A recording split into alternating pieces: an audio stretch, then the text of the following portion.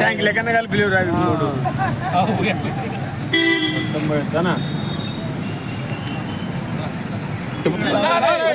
చంద్రబాబు నాయకత్వం, చంద్రబాబు నాయకత్వం, విష్ణువర్ధన్ రెడ్డి నాయకత్వం, విష్ణువర్ధన్ రెడ్డి నాయకత్వం. జై తెలుగుదేశం, జై తెలుగుదేశం, జై Telugu Desam. Chandrababu Naidu happy birthday to you Chandrababu Naidu గారు.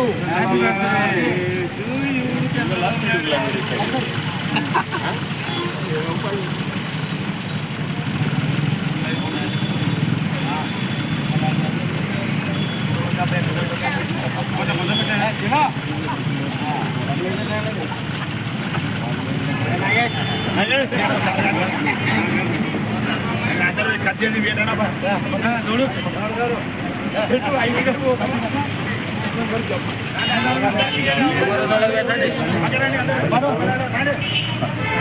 పక్కరండిగా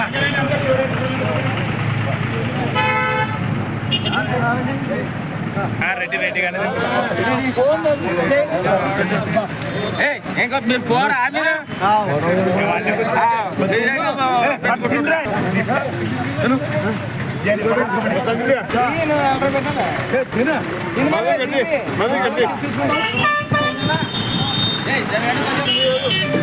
మీరు చెప్పరా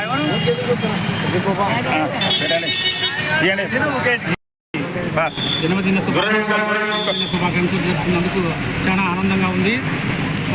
చంద్రబాబు నాయుడు మొట్టమొదటిసారిగా తన రాజకీయ ప్రస్థానం 1973లో యువజన కాంగ్రెస్ నాయకుడిగా తన రాజకీయ ప్రస్థానం మొదలుపెట్టి 78లో మొట్టమొదటిసారిగా చంద్రగిరికి ఎమ్మెల్యేగా గెలుపొంది ఆ తర్వాత తెలుగుదేశం పార్టీలో తమ మామగారి తెలుగుదేశం పార్టీ వ్యవస్థాపకుడు ఎన్టీఆర్ సమక్షంలో తెలుగుదేశం పార్టీలో చేరి ఈరోజు ఇప్పటిదాకా తెలుగుదేశం పార్టీని ఆయన రథసారథిగా నడిపిస్తూ తెలుగుదేశం కార్యకర్తలకు ప్రజలకు ఎంతో తన రాజకీయ అనుభవంతో తారాదత్తం చేసి ప్రజలకు ఎన్నో కార్యక్రమాలను సంక్షేమ పథకాలను చేస్తూ ఇప్పటికీ దాదాపు 4 సార్లు సీఎంగా ఉంటూ పరిపాలన సాగిస్తూ అటు ప్రజలకు ఇటు ప్రభుత్వానికి అందరికీ తన వంతు రాజకీయ మేలు చేస్తూ సాగిస్తున్నారు. చంద్రబాబు నాయుడు గారి 75వ జన్మదిన శుభాకాంక్షలు తెలియజేసుకుంటూ మా కార్యకర్తలందరూ చాలా ఉత్సాహంగా రాష్ట్ర వ్యాప్తంగా ప్రతి ఒక్కరూ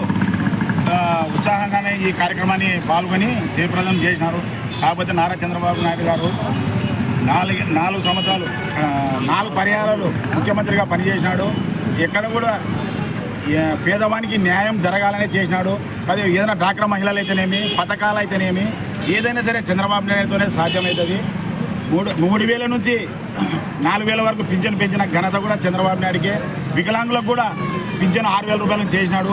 ఈరోజు చంద్రబాబు నాయుడు పుట్టినరోజు సందర్భంగా ఈరోజు మెగా డిఎస్సిని 6,447 పోస్టులని ఈరోజు 16,447 పోస్టులని ఈరోజు రాష్ట్ర వ్యాప్తంగా ఈరోజు విడడం జరిగింది. కాబట్టి ఇంత ఘనత ఉండేది చంద్రబాబు నాయుడికే.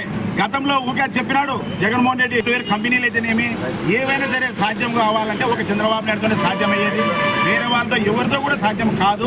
కాబట్టి ప్రజలు కూడా ఈ రోజు అనుకుంటున్నారు మాకు పథకాలు రాలేదు అవి రాలేదు, కానీ ఇప్పుడున్న దానికి ప్రక్షాళన చేసుకుంటూ అన్నిటినీ సవరణ చేసుకుంటూ పథకాలను దశల వారీగా వదులుతూనే ఉన్నాడు. ఈరోజు డిఎస్సి వదిలినాడు.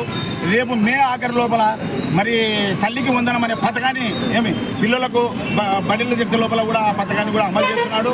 అదేవిధంగా కూడా రైతులకు రైతు భరోసా కూడా రేపు మే లోపల కూడా వేయడానికి కూడా అవకాశం ఉంది.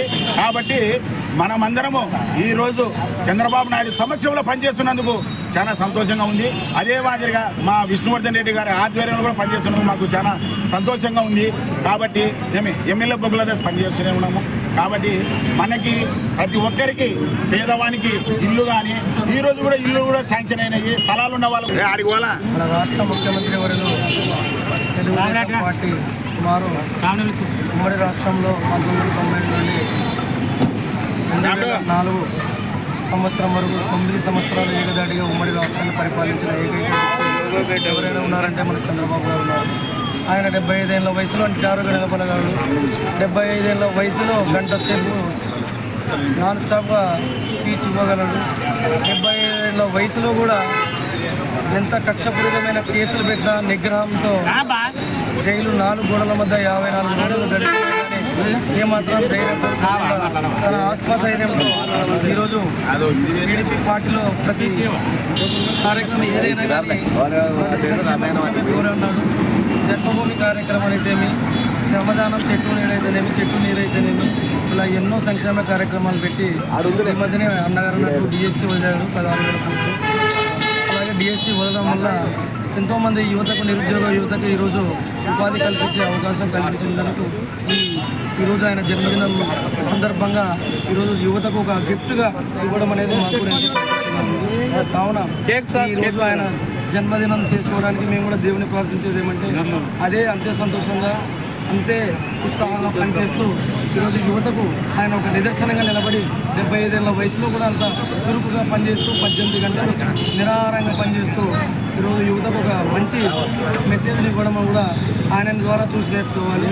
ఈ అవకాశం కల్పించిన పెద్దలకు, నాయకులకు, టీడీపీ కార్యకర్తలకు, అందరికీ చంద్రబాబు గారి